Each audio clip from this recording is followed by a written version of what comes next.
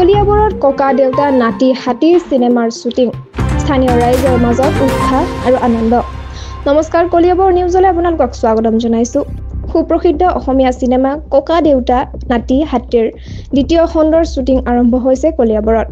এই উপলক্ষে কলিয়াবৰত উপস্থিত হৈছে জনপ্ৰিয় অভিনেতা যতীন বৰা, প্ৰাঞ্জল শইকীয়া, তপন দাস লগতে বহু কলা কুশলী। স্থানীয় ৰাইজে প্ৰিয় অভিনেতাসকলক নিজৰ ওচৰত পাই অতি উৎসাহেৰে স্বাগতম জনাইছে। সকলোৰে মুখত একেই কথা, এয়া কলিয়াবৰৰ গৰ্ব। ককা দেউতা নাতি হাতী পাৰ্ট 2 চিনেমাখন আগৰ দৰেই জনপ্ৰিয় হ'ব বুলি আশাবাদী সকলো।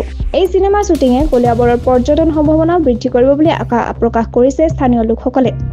এতিয়ালৈ ইমানেই। অধিক খবৰৰ বাবে সংযুক্ত হৈ থাকক কলিয়াবৰ নিউজ চেনেলটোৰ লগত। চেনেলটো লাইক, কমেণ্ট, শ্বেয়াৰ, ছাবস্ক্ৰাইব কৰিবলৈ নাপাহৰিব। লগতে কাষতে থকা বেল আইকনটো দবাবলৈ নাপাহৰিব। ধন্যবাদ।